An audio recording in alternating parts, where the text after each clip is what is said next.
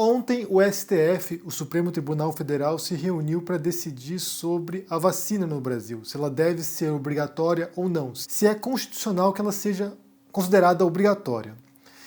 E, por uma decisão quase unânime, por 10 votos contra 1, os ministros decidiram que sim, deve ser obrigatória, e aqui as alegações têm a ver com o bem coletivo, né? A saúde coletiva, e que nesse caso em particular, a decisão individual não deve se sobrepujar à saúde dos outros.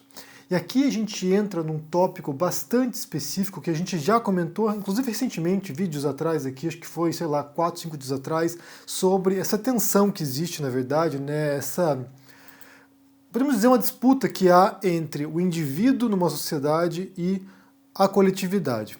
A gente falou, particularmente nesse caso, sobre os imigrantes, sobre esse espírito grupal, como a gente vai ampliando nossos círculos de relacionamento até um ponto que a gente possa pensar na coletividade como espécie humana, mas nesse caso, sobre o direito, a gente fala justamente sobre os direitos individuais e os direitos coletivos, que não são excludentes, mas às vezes entram em conflito. A primeira coisa que a gente tem que ter em mente é que nenhum direito numa sociedade, ele é absoluto.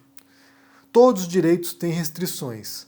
Todos os direitos têm os seus limites, incluindo direitos, por exemplo, como de livre expressão, como a gente sempre menciona aqui. Inclusive eu até posso trazer, quem sabe em breve aqui, alguns advogados, algumas pessoas que trabalham com o direito para poder debater esses limites dos direitos, né?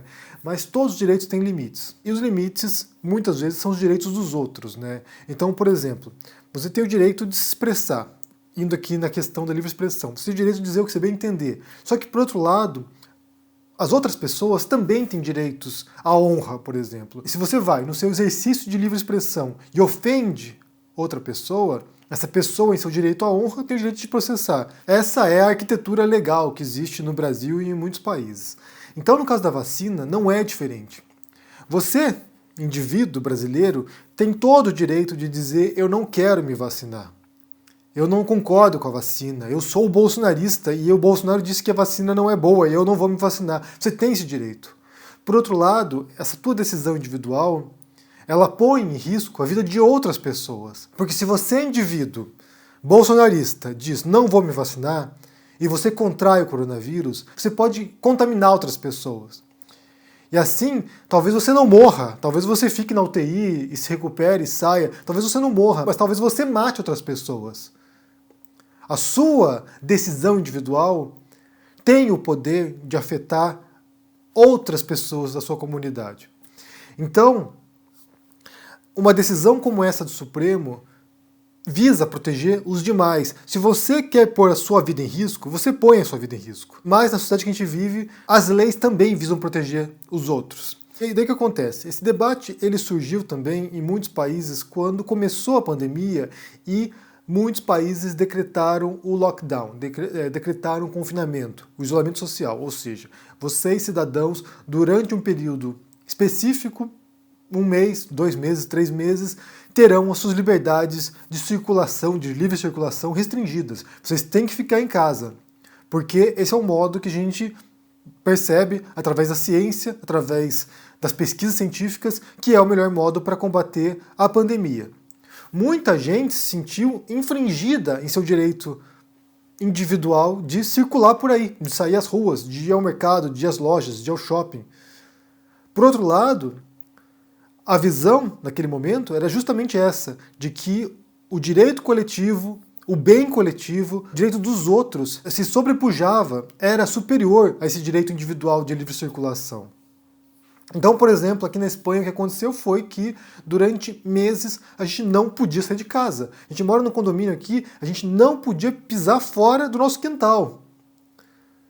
E a polícia circulava dentro do condomínio também. E naquele momento específico da quarentena, o que a gente viu foram 2 modelos que também se mostraram em conflito, né? Por um lado, um modelo de países do Extremo Oriente, a gente viu, por exemplo, Japão, China, Coreia do Sul, Taiwan, países que adotaram e cumpriram de maneira bastante rigorosa as normas governamentais, as normas de restrição de contato, as normas para combater o coronavírus, enquanto que a gente viu em países ocidentais, na Europa, nos Estados Unidos, no Brasil também, que é um caso extremo também de egoísmo, individualismo, sabe, irresponsável, mas o que a gente viu foi esse discurso, essa posição, mas eu não vou cumprir isso. Eu não vou ser constrangido pelo governo. O governo não tem autoridade para me proibir de fazer as coisas. O governo não pode me obrigar a vacinar. E aqui há uma outra questão que surgiu, que foi, ainda no debate que se deu ontem no STF, né, que ninguém pode ser forçado a se vacinar. Ou seja, o governo, seja um governo federal, estadual ou municipal, eles não podem te vacinar à força. Eles não podem ir na tua casa e te dar uma injeção. Eles não podem fazer isso. Isso sim é uma violação, né? Inclusive isso aqui seria até uma questão de bioética também, né? Que nenhum médico pode te forçar a tomar um remédio, um procedimento que você não quer. Mas, por outro lado, eles podem criar sim medidas restritivas para você. Isso já existe, isso não é uma invenção, isso não é uma coisa de hoje, na verdade. Por exemplo, eu não sei como é que no Brasil, mas imagino que seja parecido aqui com a Espanha. Quando você vai matricular seu filho na escola, uma das coisas que a escola pede é a carteirinha de vacinação do seu filho, para que eles, na escola, verifiquem se o seu filho tomou as vacinas necessárias para a faixa etária dele. Porque se seu filho tiver uma doença e não for vacinado, ele vai pegar essa doença e pode contaminar outras crianças que porventura não possam tomar vacinas, porque há algumas condições médicas, né, algumas condições de saúde de algumas crianças que elas não podem tomar vacina.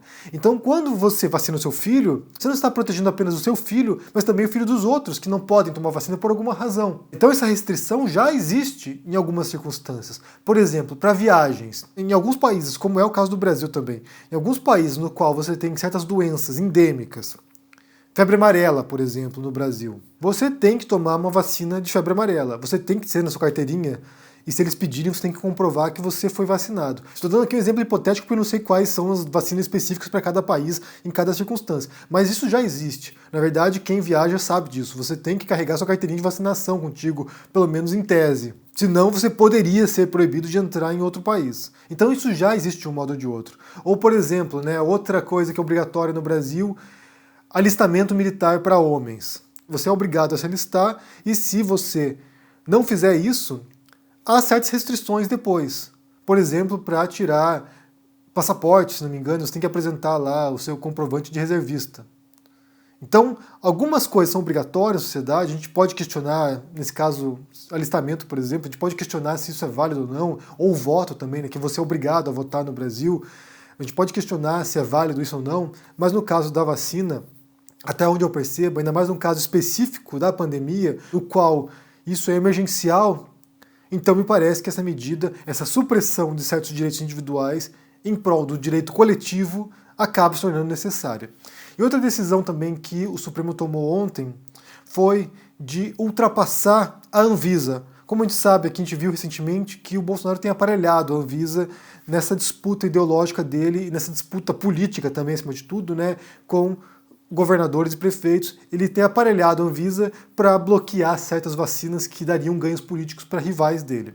E daí o Supremo disse que, nesse caso em particular, na pandemia, eles vão permitir que estados e municípios comprem vacinas desde que elas tenham a eficácia comprovada por órgãos estrangeiros. Então, nesse sentido, certas vacinas podem burlar aprovações da Anvisa e podem ser aplicadas nos brasileiros desde que elas tenham já alguma certificação, entre aspas, aqui, estrangeira. Essas duas decisões, tanto da obrigatoriedade da vacina quanto desse laço que eles deram na Anvisa, são enormes perdas para o Bolsonaro. Além de uma outra perda também que tem a ver com a não exigência de que os brasileiros assinem um termo de responsabilidade ao tomar vacina, que é o que o Bolsonaro queria. E isso certamente, se isso fosse necessário, que você fosse lá no posto de saúde, na hora de tomar vacina, você tem que assinar um documento dizendo, olha, se eu morrer, a culpa é minha, isso certamente desmotivaria muita gente também de vacinar. Então, essa deliberação ontem do Supremo representa várias perdas para o Bolsonaro e também, por outro lado, também ganhos para os brasileiros.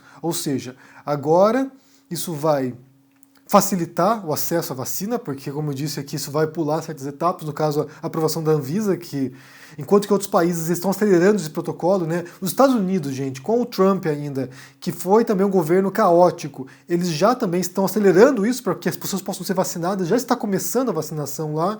Na Europa isso aconteceu também, na União Europeia eles estão tentando agora agilizar todos os protocolos para acelerar a vacinação em massa, e no Brasil você tem, como a gente já falou várias vezes aqui, é importante repetir também porque, para que fique muito claro isso, um governo que deseja a morte dos brasileiros. Em muitos aspectos, tanto o Supremo quanto o Congresso têm sido a última defesa dos brasileiros contra os desmandos do Executivo, contra os desmandos do Bolsonaro.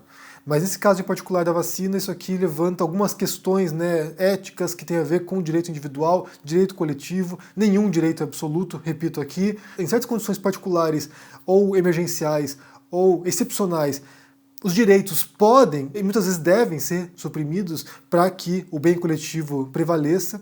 E me parece que é o caso da pandemia, tanto quando falamos do lockdown, quanto agora na vacina. E aqui na Espanha nós só estamos esperando agora para que comecem a vacinação e a gente possa finalmente pensar no mundo voltando à normalidade, né? Certamente muita coisa vai mudar, mas certamente não ficar o tempo todo com esse receio de pegar um vírus que pode ser letal.